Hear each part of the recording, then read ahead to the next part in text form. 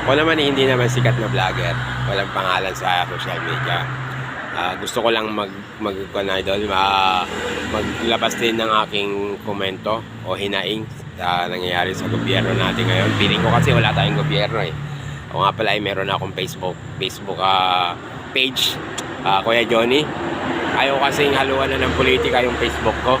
Gusto ko pampagod vibes lang doon. Kaya dito ako mag-upload. Dito ako maghihinaing sa aking YouTube channel kahit alam ko naman wala nanonood sa akin dito.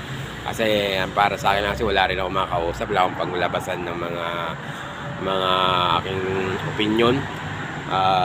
Ako talaga sumuporta kay Pangulong Bongbong Marcos. Ilocano ako eh. At isa rin ako ngayon sa nagsisisi na wala na yung sinasabi nilang bagong muka, bagong pag-asa sa ating bayan. Wala, nauwi na lahat sa pamumulitika.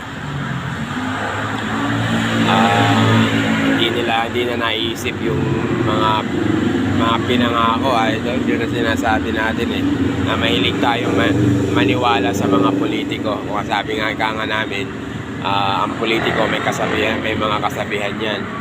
Sapat na ang pangakuan ka, ang to pa rin ay kalabisan na. Kaya wala.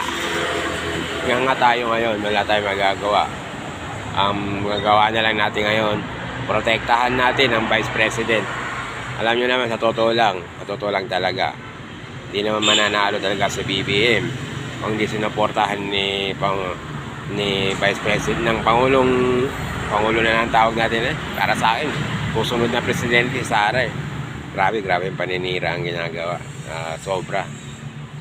Parang hindi na makatao yung ginagawa nila. Talagang sinisira nila yung pangalan, pero alam natin hindi na nila kaya sirain ang Duterte idol. Alam natin yung kanilang kalidad, alam natin yung kanilang puso, alam natin kung paano sila magtrabaho para sa masa. Ito ang ating gobyerno ngayon. Minsan nanonood lang ako ng mga nangyayari kahit nandito kami sa probinsya. Ayaw ko na sanang, natagal na ako hindi nakikialam sa politika mula nung matapos ang eleksyon ng presidential election. Hindi na ako kasi ayaw ko na puro bangayan. Kala ko tapos na yung bangayan kasi unity na nga tayo, umasa ako sa unity. Pero mas malala pa pala ngayon. Mas malala. Kaya protect our Vice President at all costs para sa akin. Hindi dapat na hindi na dapat nilang gawin yan. Kasi talaga ako, EDS ako, die hard ako, natulog at Duterte. Ngayon, thank you very much. Alam ko naman wala nanonood sa channel ko to.